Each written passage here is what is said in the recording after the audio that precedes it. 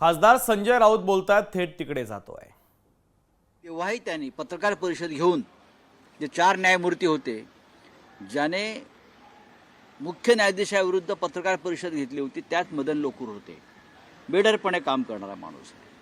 त्यांनी सांगितलं न्याय मिळत नाही, न्यायासाठी दबाव येतो निकालासाठी, तर आम्हाला काय न्याय मिळणार। आणि म्हणूनच चंद्रचूड साहेबांनी जे काय 3 वर्ष मैदानावर खेळत राहिले, बॉल घासत राहिले बरं का, आणि विकेट घेतलीच नाही, ते त्यामुळेच। बोला राऊतसाहेब, एक दुसरा विषय आहे की धनंजय मुंडेंच्या राजकीय भवितव्याचा आज फैसला होण्याची शक्यता आहे। सामाजिक कार्यकर्त्या अंजली दमानिया यांनी काल अजित पवारांची भेट घेतली।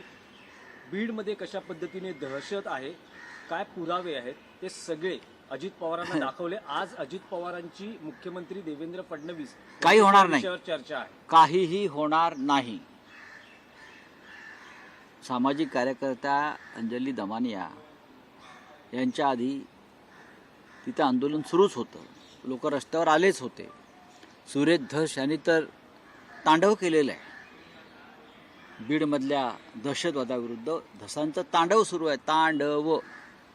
आणि त्या तांडवाला शासकीय आशीर्वाद असल्याशिवाय तांडव होऊ शकत नाही।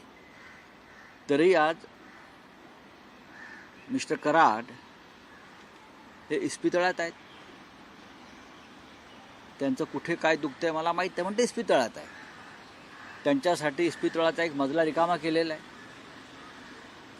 इतर अनेक सोयी सवलती त्यांना मिळत आहेत। एका मुख्यमंत्र्यांना दिसत नाही का, अजित पवारांना दिसत नाही का?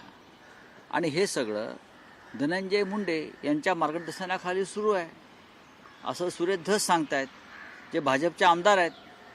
आणि अंजली दमानिया यांचाही भाजपचाच संबंध आहे किंवा संघ परिवाराशी असेल फार तर। त्याच्यामुळे काय होईल आज फैसला यात पडू नका, काहीच फैसला होणार नाही। काही दिवसांनी वाल्मिक कराड हे राजकारणात येतील आणि ते भाजपच्याच गटामध्ये बसलेले असतील। कोण सरकार पक्षाचे आमदार आहेत, त्यांच्याकडे पक्की माहिती आहे। धस साहेबांचं ऐकलं पाहिजे, धस साहेबांचं ऐकलं पाहिजे असं मी म्हणेन ना। ते त्या भागातले आमदार आहेत, त्यांना तिकडली परिस्थिती माहिती आहे। आम्ही मुंबईतून बोलणं योग्य नाही, आम्ही मुंबईतून बोलणं योग्य नाही। उद्धव ठाकरे आणि फडणवीस यांच्यामध्ये छुपी चर्चा सुरू आहे एकत्र येण्यासंदर्भात, आणि संजय राऊत हे अंधारात आहेत असं रवी राणा म्हणतायत। बोलू त्या त्यांच्याकडे काय लक्ष देत। राऊतसाहेब, एक आणखी विषय की सरकारी उधळपट्टीमुळे तिजोरीत खडखडाट आहे। लाडक्या बहिणींमुळे, त्या योजनेमुळे 45,000 कोटींचा बोजा, अशा पद्धतीची माहिती समोर येते। नीती आयोग आणि या देशाचे शिखर बँक याने जी माहिती समोर आणलेली आहे, त्यात स्पष्ट दिसत आहे की ज्या रेवडी योजना जाहीर केलेल्या आहेत निवडणुकीच्या आधी मतं मिळवण्यासाठी, त्याच्यामुळे महाराष्ट्र राज्य हे कर्जाच्या खाईमध्ये ढकललं गेलं आहे। लाडक्या बहीण योजनेमुळे 45,000 कोटीचं खड्डा आहे। अजून कर्जमाफी व्हायची आहे। कर्जमाफीची सुद्धा जाहीरनाम्यात घोषणा केली आहे आणि ती आम्ही घेतल्याशिवाय राहणार नाही। खोटं बोलू नका फडणवीसजी, कर्जमाफी देऊ हे आपली भूमिका आहे, अजित पवारांची भूमिका आहे, एकनाथ शिंदेंची भूमिका आहे। लाडक्या बहिणीबरोबरच तुम्हाला कर्जमाफी द्यावी लागेल आणि लाडक्या बहिणींना 2100 रुपये द्यावे लागतील, हे तुमचं वचन आहे। त्याच्यामुळे पैसे कुठून आणायचे, मोदींच्या घरातून आणायचे का अडाणीच्या खिशातून काढायचे की गुजरातमधून आणायचे, हे तुम्ही ठरवायचं। पण ज्या घोषणा तुम्ही केलेल्या आहात त्या तुम्हाला पूर्ण कराव्या लागतील। सुप्रीम कोर्ट ने आज बड़ा फैसला आने वाला है। राऊतसाहेब, मराठी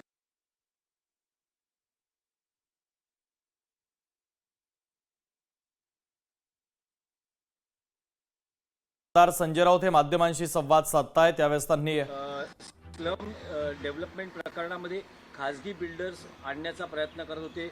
मोहित कंबोज यांच्याशी हत्येआधी अर्धा तास व्हॉट्सअपवर बाबा सिद्दीकींची चर्चा झाली, अशा पद्धतीची माहिती। आणि साधारण 11 बिल्डर्सची नावं या प्रकरणात जिशान सिद्दीकीने दिलेली आहे। नाही बघा, अशामध्ये माझ्याकडे माहिती नाही की या सगळ्या विषयाशी माझा तसा संबंध नाही। जिशान सिद्दीकींच्या वडिलांचं निधन झालेलं आहे आता त्यांनी काय स्टेटमेंट दिलं आहे आणि पोलिसांची काय भूमिका आहे ठरवावं लागेल. मला माहीत नाही, मला माहिती घ्यावी लागेल. तुम्ही ज्यांची नावं घेतायत त्यांच्याशी चर्चा केल्याशिवाय मी याच्यावरती कोणतेही मत व्यक्त करणार नाही. रावसाहेब, आणखी एक विषय होता की माजी मुख्यमंत्री एकनाथ शिंदे यांनी उद्धव ठाकरेंवर टीका करताना असं म्हटलं आहे की एवढं पतन होत असतानाही आत्मचिंतन करण्याऐवजी गद्दारीवर बोलत आहेत. रस्सी जल गई पर अभी तक बल नहीं गया, जो बूंद से गई वो हौद से नहीं आया. बघा, ही लिहून दिलेली भाषणं आहेत. एकनाथ शिंदेना मी ओळखतो, आमचे मित्र होते बरं का. त्यांच्याने आमचं फार अगदी गुळपीट होतं एकेकाळी. जिथे आपण आज उभे आहोत तिथे यायचे ते. तर तुम्ही आता रस्सी जलगई वगैरे, आता तुमची रस्सी कधी जाळतील BJP वाले त्याकडे लक्ष ठेवा. तुम्ही भाजपबरोबर आहात, तुम्ही आगीशी खेळताय. आम्ही वाचलोय. आमची रस्सी पुन्हा नव्यानं आम्ही वळू आणि त्याचा फासही करू. कोणाच्या गळ्यात टाकायचं आहे ते टाकू. आम्ही स्वाभिमानानं बाहेर राहिलो. तुम्ही सगळे ज्या लाचारीच्या मार्गानं चाललेला आहात त्याला स्वाभिमान म्हणत नाही. रस्सी जल गई, हौस से गई, बुंद से आई, हे ठीक आहे. हे इतिहासातले दाखले आम्हाला देऊ नका एकनाथजी. आम्ही तुम्हालाही ओळखतो आणि तुमच्याबरोबरच्या तुमच्या सहकार्याने ओळखतो. जे पळून गेले डरपोकपणानं, त्यांनी अशी भाषा करणं बरोबर नाही.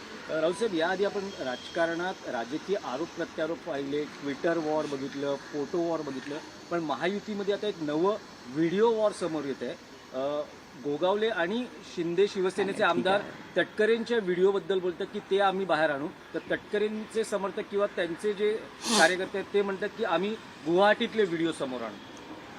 मी याच्यावरती काय बोलणार किंवा आम्ही काय बोलू शकतो याच्यावरती? हे गँगवॉर आहे.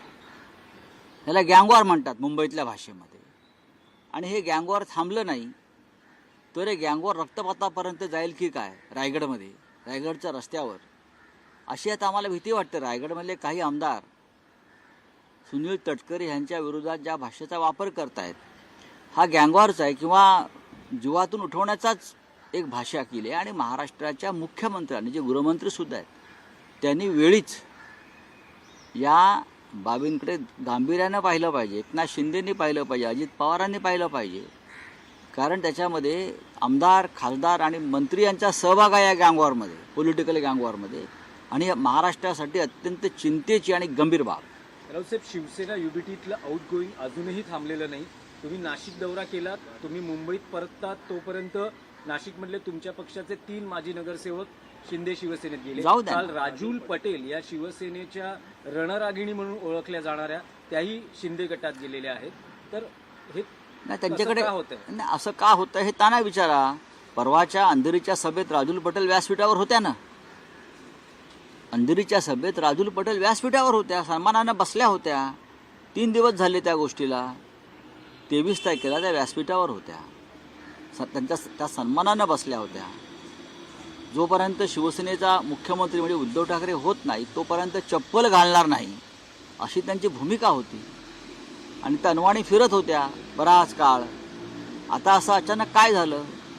त्यांच्या पायाला कोणते काटे टोचले मला माहीत नाही. पण त्या खरोखरच संघर्ष करणाऱ्या कार्यकर्त्या होत्या. त्या खरोखरच निष्ठावान होत्या. तर नाशिकमधली माणसं गेली म्हणताय. ज्यांना जायचं आहे त्यांना तुम्ही किती थांबवण्याचा प्रयत्न केला तरी ते थांबणार नाही. पैशाचा मोह अफाट आहे आणि पैशाची ताकद राजकारणात वाढलेली आहे. माणसं विकत घेतली जात आहेत, माणसांना भय दाखवलं जात आहे. आणि म्हणून म्हणतो की इतकं घाणेरडं राजकारण या राज्यामध्ये कधी झालं नव्हतं. मला माहिती सर.